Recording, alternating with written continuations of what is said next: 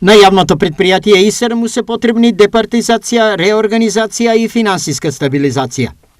Доколку тоа не се случи, најбргу што може предпријатието сигурно ќе колабира, во секоја смисла, алармира директорот Кирил Зајков. Она што досега го увидовме со стручниот тим во рамките на јавното предпријатие ИСР е дека има неправилна распределба на работниците по организационите единици.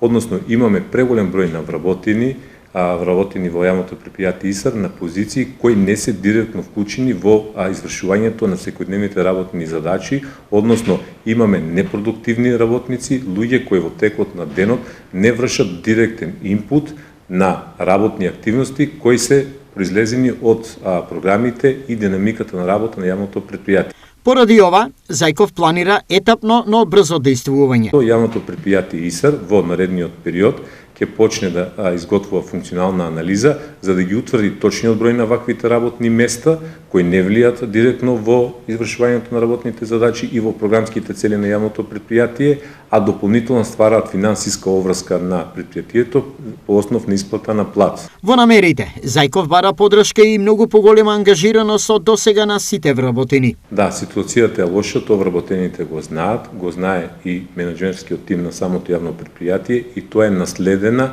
ситуација која се провлекувала низ годините наназад. Ние сега заеднички со сите вработени зазедовме став и рековме решавањето на проблемот тргнува од дефинирањето и актуализирањето на проблемот. Финансиската состојба во која е доведен јавното предпријатие ИСАР е повеќе од загрижувачки и повеќе од лоша.